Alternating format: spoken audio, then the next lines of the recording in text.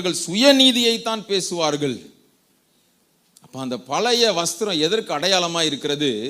அந்த மனிதனுடைய சுயநீதிக்கு அடையாளமா இருக்கிறது. இன்னொன்று, அந்த பழைய வஸ்திரம் ஆண்டவருக்குள்ள ஒரு மனிதன் வந்துட்டான்னா அவனுடைய அடையாளம், பழைய அடையாளம் மாற்றப்பட்டு தானாக வேண்டும்.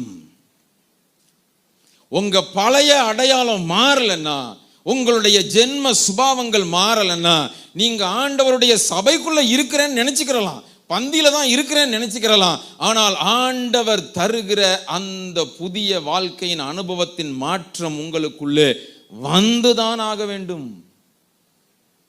பழைய மனுஷன் மாறி இருக்கா?